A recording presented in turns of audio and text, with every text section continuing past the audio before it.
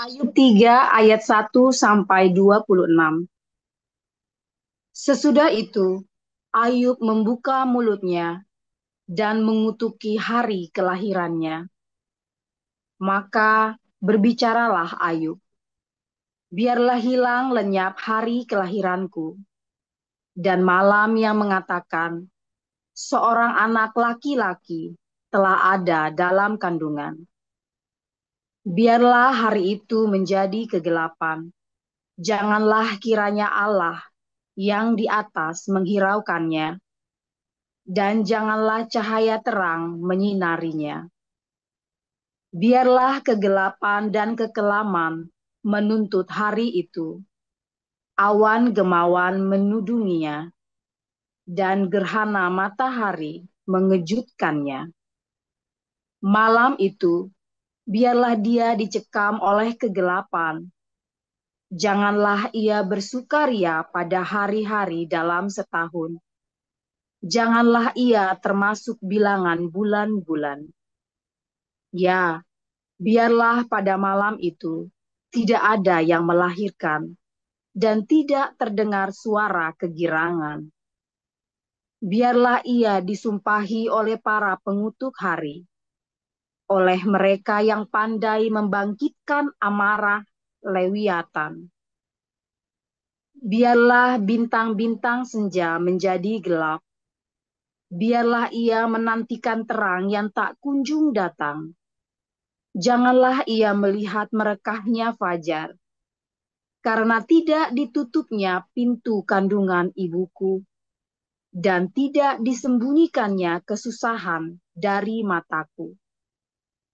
Mengapa aku tidak mati waktu aku lahir, atau binasa waktu aku keluar dari kandungan? Mengapa pangkuan menerima aku? Mengapa ada buah dada sehingga aku dapat menyusu? Jikalau tidak, aku sekarang berbaring dan tenang. Aku tertidur dan mendapat istirahat. Bersama-sama raja-raja dan penasihat-penasihat di bumi yang mendirikan kembali reruntuhan bagi dirinya. Atau bersama-sama pembesar-pembesar yang mempunyai emas, yang memenuhi rumahnya dengan perak. Atau mengapa aku tidak seperti anak gugur yang disembunyikan, seperti bayi yang tidak melihat terang? Di sanalah orang fasik berhenti menimbulkan huru-hara. Di sanalah mereka yang kehabisan tenaga mendapat istirahat. Dan para tawanan bersama-sama menjadi tenang. Mereka tidak lagi mendengar suara pengerah. Di sana orang kecil dan orang besar sama, dan budak bebas daripada tuannya. Mengapa terang diberikan kepada yang bersusah-susah, dan hidup kepada yang pedih hati, yang menantikan maut, yang tak kunjung tiba, yang mengejarnya lebih daripada menggali harta terpendam, yang bersukaria dan bersorak-sorai dan senang bila mereka menemukan kubur?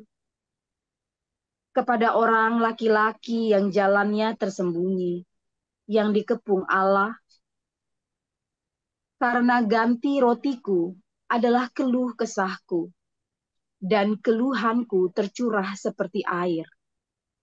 Karena yang kutakutkan, itulah yang menimpa aku, dan yang kucemaskan, itulah yang mendatangi aku. Aku tidak mendapat ketenangan dan ketentraman. Aku tidak mendapat istirahat, tetapi kegelisahanlah yang timbul.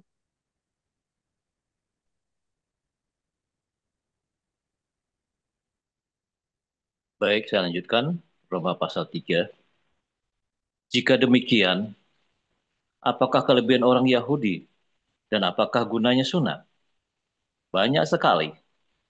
Dan di dalam segala hal, pertama-tama, sebab kepada mereka lah dipercayakan firman Allah.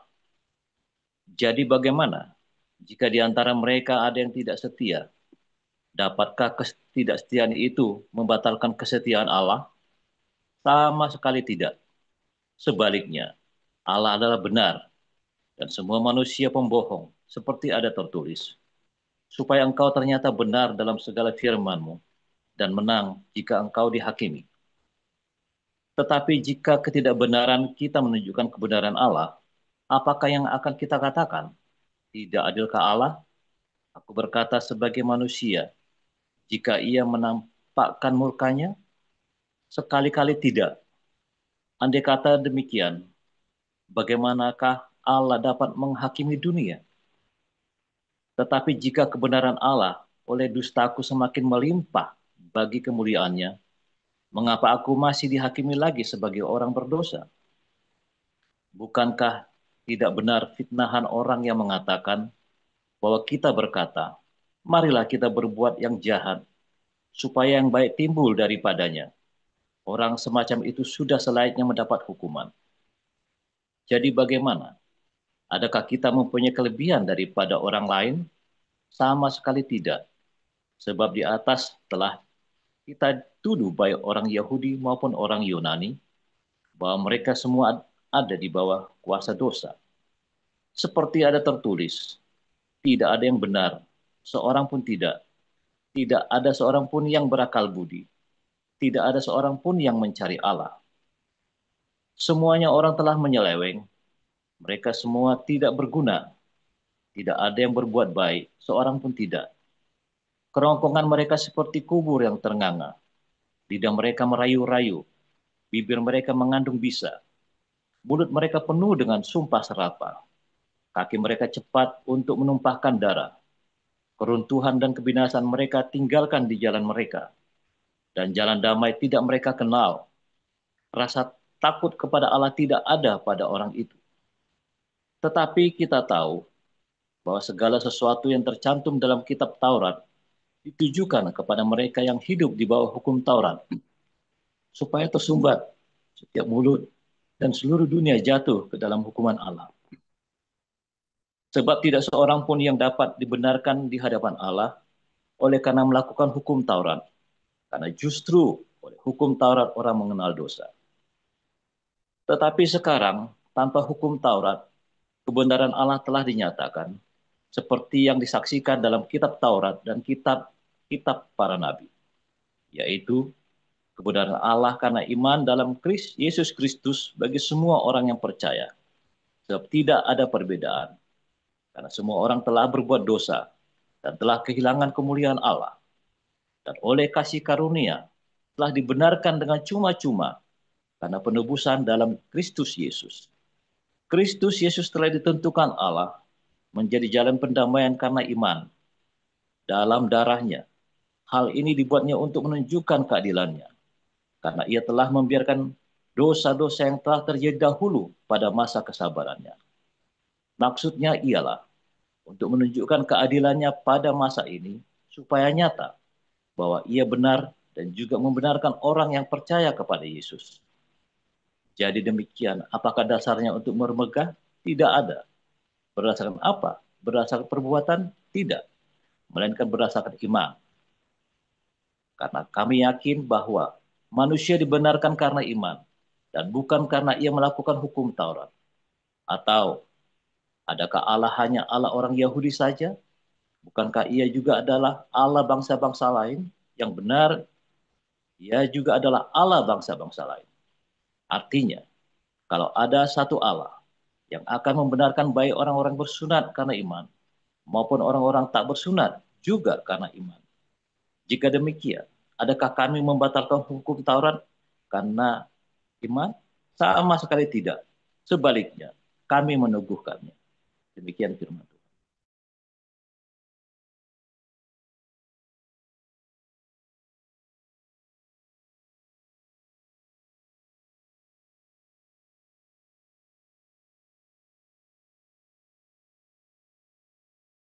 Haleluya, firman Tuhan selalu baru setiap hari. Ketika kita menanti-nantikan Tuhan, dengan penuh cinta, dengan penuh pengharapan, dan terus berbuat baik, saudara ya. Sangat penting sekali ketika kita ya belajar firman Tuhan. Ya, ketika kita mengerti firman Tuhan, logos ya. Bukan hanya bukan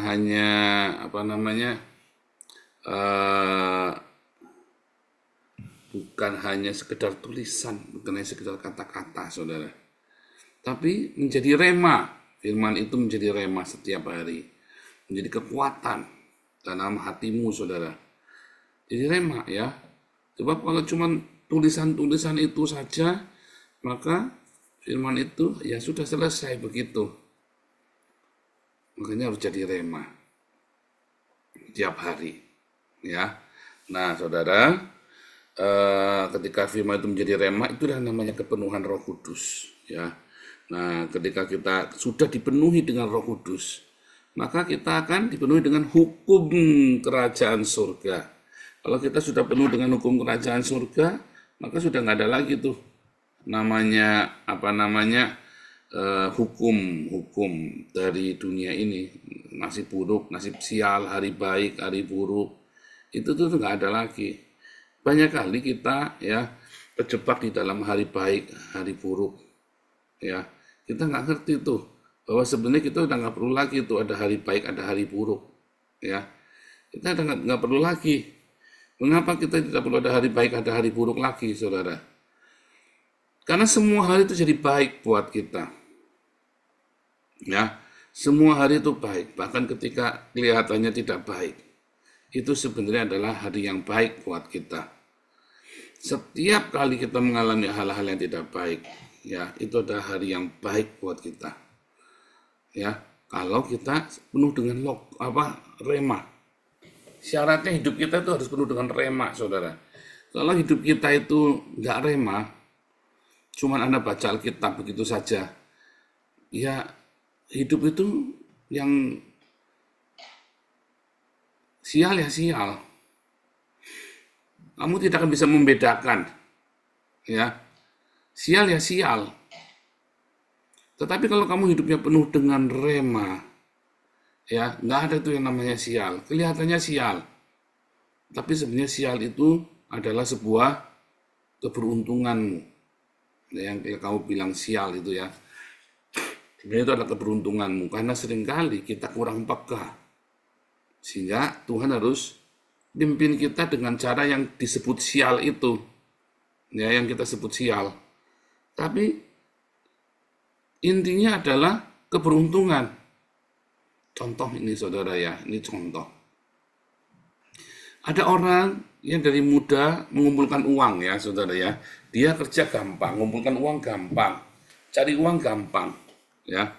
Cari uangnya gampang gitu ya. Kalau cari uang itu gampang gimana sih, saudara? Ngumpulin uangnya gampang. Ada ya yang begitu ya dari muda. Ada, saudara ya. Orang ini mungkin orang ini, saya nggak bilang orang ini orang berdosa, nggak berdosa, saya nggak berkata demikian. Pokoknya yang namanya orang ngumpulin uang bagaimana sih, ya. Kemudian dia kumpulin uang itu dengan rajin dia bekerja, ya. Misalnya nih kita kata hari pensiunnya dia, ternyata dia bisa berhasil mengumpulkan 1 miliar rupiah, saudara. Ya irit-irit setiap hari hidupnya, irit-irit dengan baik ya, sampai mau jajan aja sampai eman-eman, saudara ya. Dia mau kemana-mana naik angkot ya, dia pakaian mau beli aja setahun sekali, eman-eman sekali ya, sehingga pakaiannya compang-camping semua ya. Di akhir hidupnya dia ngumpulin 1 miliar. Ini contoh, ini metafora ya. Jadi Anda jangan menghitung dengan ini, saya hanya cerita, ini loh bedanya ya. Kemudian ada orang yang hidupnya serampangan, saudara ya. Saya ini termasuk orang yang hidupnya serampangan gitu ya. Tabrak sana, tabrak sini, judar-judar dia menikmati hidupnya. Mau jajannya jajan, mau makannya makan. Dia mau beli ya beli, saudara ya. Saatnya dia, mungkin ya. Jadi dia nggak punya uang, saudara. Dia nggak punya uang. Kemudian menjelang hari pensiunnya dia, misalnya nih umur 60 tahun ya, anggap aja pensiunnya umur 60 tahun. Kalau di Belanda itu pensiunnya 67 tahun. Kalau di Indonesia itu 57 tahun ya pensiunnya. Kalau di Belanda 67 tahun. Anggap saja 60 tahun dia pensiun, dia berhenti nggak mau kerja lagi. Saudara, di menjelang hari pensiunnya dia, saudara ya, karena dia banyak sekali ya, dia banyak menabur, dia banyak berbuat kebaikan ya. Di hari pensiunnya maka banyak orang yang baik sama dia, saudara ya, dikasih hadiah ini, kasih hadiah itu ya, ada yang kasih mobil. Oh, masa ya ada, saudara. Jangan orang kalau sudah ini ya, banyak, saudara ya, banyak selalu berkat. Di masa mudanya mungkin dia serampangan hidupnya, saudara. Tetapi serampangannya dia kumpulin, saudara ya. Serampangannya dia bukan serampangan ngawur. Nah, tapi untuk menggunakan mamon untuk berbuat kebaikan. Maka di hari tuanya dia nggak sendirian. Dia punya banyak sekali teman. Ada yang kasih mobil, bukan hak milik tapi dikasih, saudara ya, dikasih. Dia ini pakai mobilku aja nih, supaya kamu jangan kemana-mana susah. Karena kebetulan dia pernah ngangkat anak ya, dia pernah biayain sekolahnya anak orang tertentu, orang udah berhasil. Oh nih, om pakai mobilku aja nih om. Terus ada yang kasih rumah, saudara, tinggal di villaku saja ini, nggak apa-apa. Terus ada yang, dia nggak punya uang, saudara. Nggak punya uang, di hari hidupnya dia menyebar hartanya dengan luar biasa, saudara ya. Dia banyak tolong orang, di hari hidupnya dia nggak punya uang. Tapi dia punya banyak sekali anugerah. Ada yang kasih mobil, ada yang kasih rumah, ada yang jajanin. Udahlah, nanti pokoknya nanti om jangan khawatir. Nanti tiap bulan saya kirimin beras semuanya.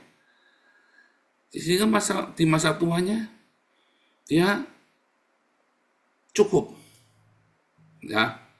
Bahkan ada yang dong setahun sekali nanti jalan-jalan ke luar negeri. Itu benar ya, tante saya itu begitu loh, saudara ya.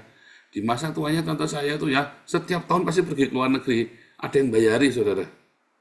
Karena masa mudanya dia itu baik, dia banyak sekali nolong orang ya. Ya, banyak sekali nolong orang. Nah, tante saya ini, saya aja pengen sekali nanti minta dia ke sini ya. Saya pengen sekali. Tante saya ini baik sekali. Saya manggilnya mama ya, manggilnya mama. Jadi itu sangat dekat sekali ya, saudara ya. Orang ini baik sekali. Ada yang begitu ya. Di hari tuanya selalu ada yang ini, ada yang ngasih ini, ada yang ngasih itu, segala macamnya. Baik sekali hidupnya ya, saudara ya. Penuh dengan keberuntungan. Ada lagi orang masa mudanya ya, saudara ya. Setiap dapat uang, dia kerjanya bagus, saudara ya. Gajinya gede. Tapi tiap dapat uang, dia beli barang-barang mewah. Di hari tuanya, dia punya barang-barang mewah. Tapi dia nggak punya tabungan. Suatu ketika sakit, maka dia harus keluar duit semua. Habis. Yang tadi yang punya tabungan tadi, saudara, sakit juga, saudara. Habis.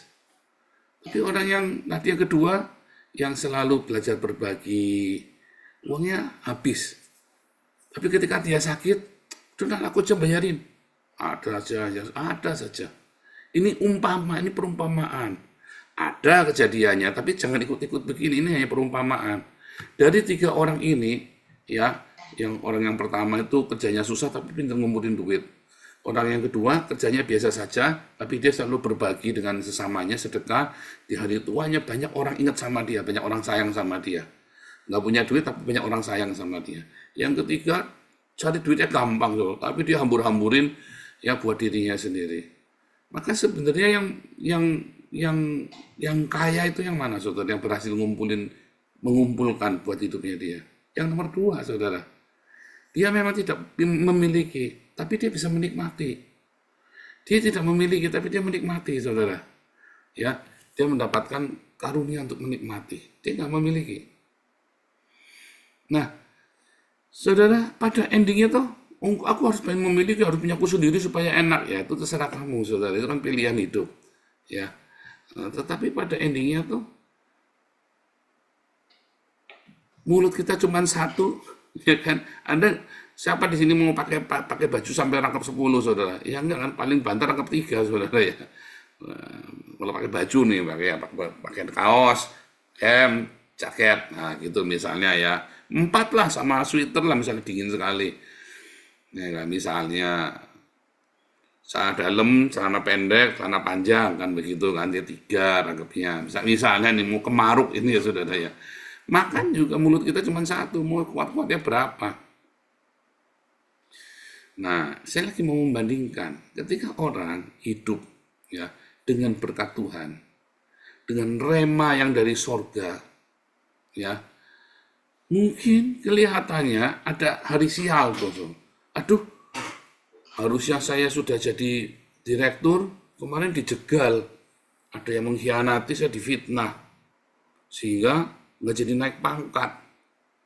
Jadi tetap manajer 10 tahun lagi, saudara ya. Kenaikan pangkat direktur nggak jadi, dia jadi manajer untuk 10 tahun lagi. 10 tahun dia sabar, saudara. Tapi 10 tahun itu adalah sebuah pembuktian. Owner perusahaan itu ngelihat, ini orang dikhianati, ini orang disakiti, dia tetap mengalah, sabar, nggak banyak ngomong, dia tetap setia. Tahan nggak tuh kira-kira saudara 10 tahun kamu kalau dikhianati, kamu kerja di perusahaan 10 tahun, kamu harusnya naik, kamu difitnah, bos kamu lebih percaya sama yang fitnah, kamu nggak dipecat tapi kamu dimasukkan kotak, kamu cuma suruh nunggu. Banyak nggak tahan ya, kenapa? Ego, sombong ya. Jadi kalau dia tetap bekerja dengan rajin, datang jangan terlambat, selalu ceria, selalu tunjukkan dia membantu. Mungkin dimarah-marahi, ya namanya orang kalau sudah nggak seneng ya saudara ya, tetap bekerja dengan baik, nggak usah langsung keluar, nggak usah langsung mutung. 10 tahun kemudian dia nggak cuma jadi direktur saudara, langsung jadi kepercayaan. Bagaimanapun juga orang lama itu tetap lebih baik, katanya pepatah Cina ya. Mau dia tidak berprestasi, mau dia bodoh, mau dia, yang penting orang lama itu tetap lebih baik daripada orang baru yang berprestasi. Itu pepatah Cina itu begitu. Sehingga apa? Orang punya kepercayaan. Langsung naik. Kenapa? Dia sudah mengumpulkan rasa percaya itu. Loh yang kemarin, ya itu anggap saja itu hanya penundaan.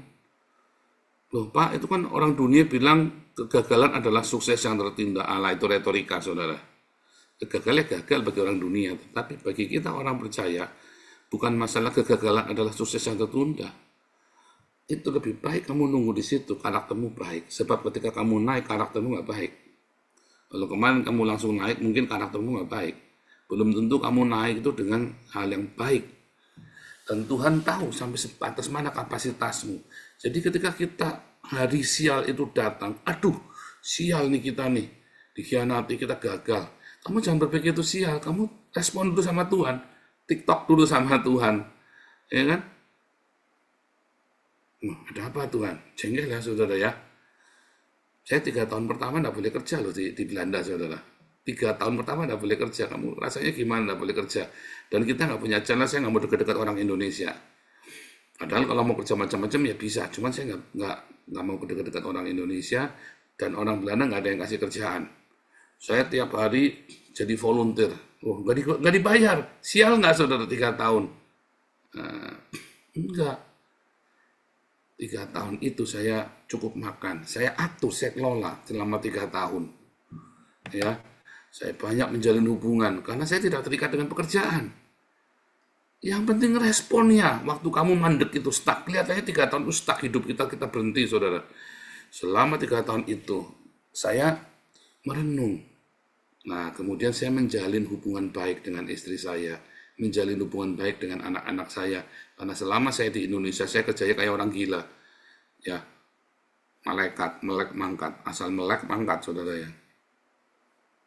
Tetapi selama di Belanda, pagi-pagi kita bangun, ya, terus betulin sepeda, jalan, ya kan, pergi belanja, terus masak, terus anak saya pulang sekolah, yuk kita jalan-jalan sepedaan, berempat kita sepedaan. Saya sekolah bahasa Belanda, les bareng dulu naik bis saudara ya, berdua sama anak. Persis sekali lagi SMA dulu pacaran. Kesempatan membangun, menjalin saudara ya. 3 tahun tuh. 3 tahun kami Jadi kayak liburan di Belanda. Coba bayangin liburan ditanggung pemerintah Belanda, nggak kerja. Ya namanya orang liburan kamu kan nggak bisa foya-foya, juga mesti ngitung budget kan. Apalagi ini liburannya 3 tahun. Kurangan makan enggak, karena tiap bulan dikasih makan sama Belanda, dikasih uang tiap bulannya. Ya kan? Terus mulai tuh TikTokan saya tuh. Mulai apa? Ngesom itu ya, ngesom YouTube. Mulai viral tuh ya. Masih nggak boleh kerja kan? Viral tuh. Orang kena corona. Waduh sial nih kena corona. Kami bertiga kena corona. Ya kita kena COVID bertiga ya sakit kita. Waduh sial kan orang kan sial kan. Wah kita deg-degan ada apa karena biasanya kena COVID ya mati udah kan. Tetapi waktu itu kita bilang ya Tuhan pasti tolong udah sampai sejauh ini. Kami berdoa tolak dalam nama Yesus kita tiap hari minta perlindungan malaikat Tuhan. Perlindungan kuasa darah Yesus membasuh kita saudara ya. Menyucikan kita introspeksi terus Tuhan bersihkan. Kita kena coronanya cuma seminggu saudara ya. Seminggunya kita sehat tapi kan tetap karantina 14 hari. Kita jalan-jalan tuh. Tinggal di resort yang indah. Resortnya indah saudara enak. Saljunya tebel waktu itu 30 cm ya. Sampai kita mainan salju. Jadi kita lagi kena COVID. Seminggu sudah sembuh. Kita guling-gulingan di salju tuh. Kita bikin boneka salju tuh di resort. Makanannya steak terus. Pasta, steak yang enak-enak saudara ya. Kita sampai ngomong rasa-rasanan sama anak-anak itu ya. Ini kita nih mau mati kali ya dikasih makan enak tiap hari ya. Karena kena COVID kan langsung mati kan biasanya kan. Terus kasih makan enak tiap hari saudara kita. Bener-bener enak makanannya. Buah berlimpah. Kasih susu, kasih pasta, kasih steak, kasih makanan-makanan enak. Mau jajan cake ada tiap sore di. Jadi kayak wis dijamu bener itu bener-bener di resort itu saudara. Nanti ada teh, kopi keluar saudara ya. Nanti ada brownies, saya kan paling doyan brownies. Terus butter itu, aduh enak-enak melek-melek saudara ya. Jadi kita liburan di resort saudara ya. Resort itu namanya resortnya bagus ya. Dengan salju yang tebal 30 cm, bayangin saudara. Anda kepengen kan liburan begitu kan, tapi harus kena COVID dulu tuh seminggu. Aduh. Kena COVID. Terus kena COVID, saudara. Biasanya kita kalau tinggal di asylum itu, camp, kita tuh setiap tahun dipindah. Gara-gara COVID, kita 3 tahun di situ nggak pindah tuh, saudara. Hari ini kami dari kota kami ini, di kota yang sama dari hari kami masuk Belanda, kita sudah 7 tahun, saudara. Kita nggak dipindah-pindah. Anak saya sekolah dari SD, SMP, SMA di sini. Di kota ini, saudara. Kita nggak pindah-pindah. Coba bayangin kalau kita dipindah-pindah. Saya kasihan yang bawa keluarga, bawa perabotan banyak sekali. Siapa yang mau bantuin dulu, saudara? Ketika orang kena musim corona, pada sial, pada bangkrut, pada tutup. Kita mah corona panen ya, saudara. Saya viral, ya. Terus kan sawerannya banyak gitu kan. Wah itu saweran mulai banyak tuh, saudara. Langsung YouTube saya, gimana caranya dongkrak YouTube supaya banyak, saudara. Saya nggak tahu caranya, saudara. Waktu kena COVID itu, viral itu, YouTube saya dari cuman mau naikkan 1.000 saja setengah mati. Jadi 50.000, saudara, dalam waktu 3 bulan. Coba, dalam 3 bulan ya, jadi 50.000. Dari 50.000 sekarang sudah 180.000 ya, saudara ya. Ajaib ya, saudara. Ajaib nggak ajaib doang, masa nggak ajaib. 174.000 sekarang ya. Naiknya pelan sekali, 1.000 setiap bulan ya. Coba bayangin, saudara ya. Bayangin. Ya, monetasinya kita ya. Aduh, kita pertama kali monetasi dapat 10 euro. Seneng ya. Wes, dapat 10 euro, dapat 10 euro. Pamer-pamer. Sekarang dapat 500 euro, sepi, saudara ya. 500 euro itu 10 juta, saudara ya. 500 euro itu 10 juta. Sekarang 500 euro itu termasuk sepi. Dulu 10 euro kita udah happy-happy, saudara, senang-senang. Coba lihat ya.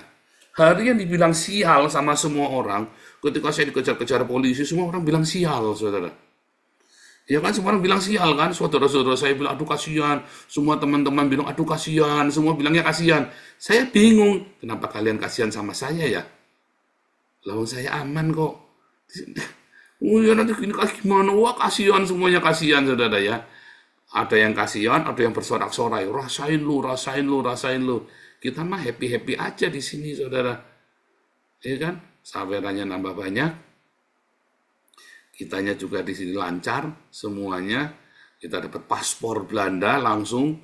Jadi segala yang kamu bilang sial itu ternyata itu keberuntungannya saya. Ya. Semua yang kamu bilang sial itu tuh keberuntungannya saya, saudara. Beneran.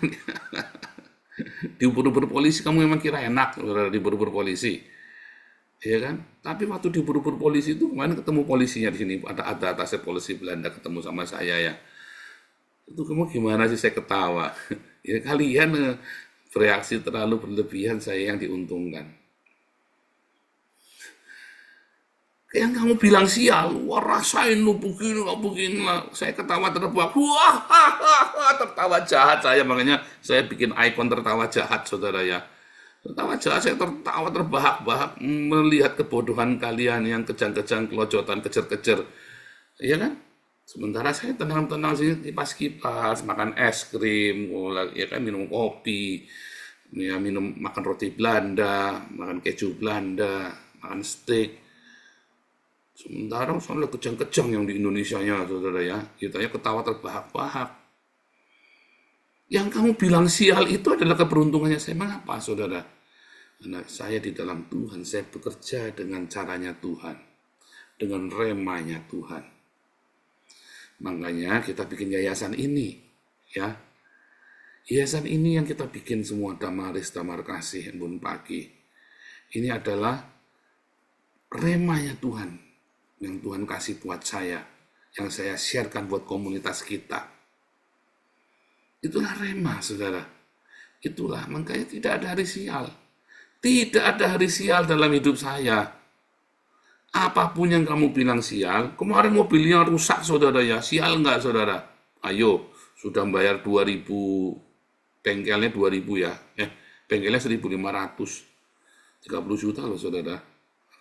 Baru pakai seminggu mobilnya rusak, saudara. 2 minggu ya. 2 minggu. Rusak, saudara. Udah. Kemarin. Saudara, kalau mobil itu nggak rusak, saudara. Saya nggak pernah pakai mobil yang sekarang. Kenapa? Mobil yang kemarin itu operasionalnya gede banget. Dan saya nggak berani. Kenapa? Karena itu mobil pertama saya di Belanda, Tuhan yang kasih. Saya kurang peka. Tuhan sudah lama suruh ganti, udah ditawar orang bolak-balik, saya enggak mau. Saya takut saya salah. Saya takut saya serakah. Akhirnya dirusak, dibiarkan rusak. Saya ganti, ternyata operasional yang sekarang lebih murah, saudara. Untung saya pakai mobil yang sekarang ini. Untung yang kemarin rusak. Kalau enggak saya bandel, kemarin enggak mau terganti. Sekarang pakai mobil yang lebih baru, ya. Tahun 2020 lagi ya, saudara ya. Berkat Tuhan ya. Berkat Tuhan ya, berkat Tuhan. Aduh, luar biasa Tuhan itu ya. Kok bisa dapat ya? Nggak tahu. Itu caranya Tuhan. Yang kita bilang sial, itu waktu mobil itu rusak, saudara ya. Kita diam. Satu keluarga itu kita nggak ada yang ngomong sial. Kita diam. Tuhan baik, kita nggak tahu tujuannya apa. Kita bilang begitu ya, Tuhan baik. Kita diam. Dan ternyata mobil yang sekarang ini, dan saya tiba-tiba bisa aja beli mobil yang 2020, nggak pakai utang loh, nggak pakai minta-minta loh, saudara ya, nggak pakai minta-minta loh. Kemarin sama yayasan pun ditawarin ya, ada sumbangan, selalu ada sumbangan, tapi kan nggak minta-minta saya kan nggak mau, mobil rusak tolong dong sumbangan, ya. Nah di yayasan kemarin di encourage ya, ayo patungan buat ini saja, jangan, karena kita sudah janji ini bukan buat beli mobil saya, tapi buat kasih makan, buat kasih, ya kita konsisten. Tapi Tuhan selalu baik, Tuhan selalu buka jalan. Ya, ada seorang ibu yang selalu pengen sekali memberkati kami. Saya sampai nggak enak, saya merasa takutnya saya memanipulasi ibu ini, saya nggak mau, jangan. Kalau kamu sendiri masih pas-pasan, jadi kamu berlimpah, saya senang dengan senang hati. Kalau perlu belikan mobil baru sekalian, saya juga senang. Kalau kamu masih jangan, karena saya nggak boleh, karena kamu kagum atau kamu senang dengan itu, terus saya manipulasi kamu, itu nggak boleh. Nanti suatu hari kamu akan kecewa dengan saya nanti, kamu akan marah saya memanipulasi kamu. Lebih baik secukupnya. Kerekelan, nggak apa-apa, deg-degan, ya nggak apa-apa. Yang kita hamba Tuhan kerjanya deg-degan tiap hari, nggak apa-apa, iya kan? Tangkap ya, saudara ya, jangan kamu berpikir hari sial itu sial kalau kamu hidupnya dituntun oleh remanya Tuhan Yesus. Jangan takut. Begitu ada kelihatannya dalam tanda kutip sial, kamu diam. Ada apa nih? Lihat ada apa nih? Bukan penundaan, bukan. Memang kamu sedang diarahkan ke sana, karena itulah keberuntunganmu. Karena itulah keberuntunganmu. Ya, jadi jangan pikir hari sial, hari baik.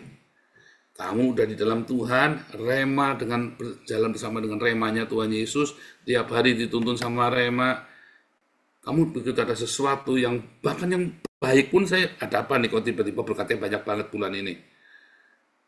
Jangan-jangan saya disuruh nabur lagi. Jangan-jangan apa? Ada masanya ya beberapa tahun yang lalu ya sampai tak kirim, saya nggak sombong saudara, saya kirim ke yayasan 10 juta tiap bulan saya setoran loh saudara. Bukan sombong, bukan beneran saudara ya. Ada kalanya saya diberkati dengan luar biasa. Saya kirim semua ke yayasan, 3 yayasan saya setorin satu-satu saudara. Bukan sombong ya, itu beneran. Tapi ada kalanya saya sama sekali nggak ada uang saat itu. Nah kita lihat tunggu, itu bukan sial, bukan untung, tapi kita lagi saatnya. Tuhan mau apa? Tuhan mau apa? Ya, diingat-ingat ya. Soalnya kalau kamu ada sesuatu, Tuhan mau apa Tuhan? Ada apa Tuhan? Tuhan mau apa buat saya lakukan? Itu yang paling penting. Jadi Tuhan tuntun tuh dengan caranya dia. Tenang aja saudara. Kamu berdoa, dia tuntun. Kamu lagi banyak uang, banyak rezeki, kamu lagi banyak masalah, lagi banyak penyakit. Tanya, Tuhan mau apa? Ya, Tuhan Yesus memberkati.